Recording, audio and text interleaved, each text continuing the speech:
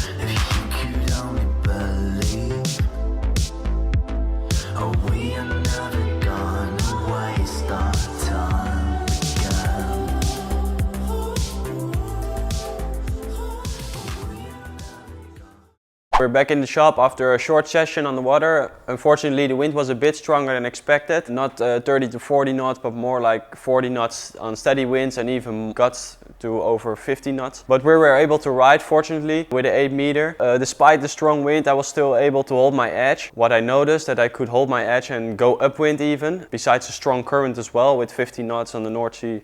The current is extremely hard. Because of the Alula material, the leading edge is so thin that the kites want to go up more in the wind window, which means you have a lot more control on stronger winds and you can hold your edge much longer. If you want to compare it to another kite with a thicker leading edge, it means that the kite goes back when it's extremely windy. It goes back a little bit in the wind window, which causes more pull on the bar and you cannot hold your edge. When you jump, you can yank it up faster. So this is the difference between a smaller and a thicker leading edge.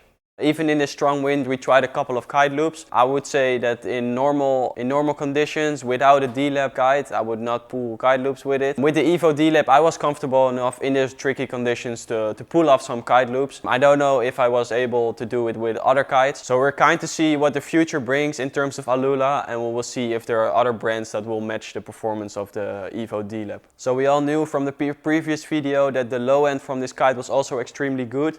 And now we also know that the high end of this kite is so good. So we can conclude that the kite has best of both worlds, so the biggest wind range available on the market, we think.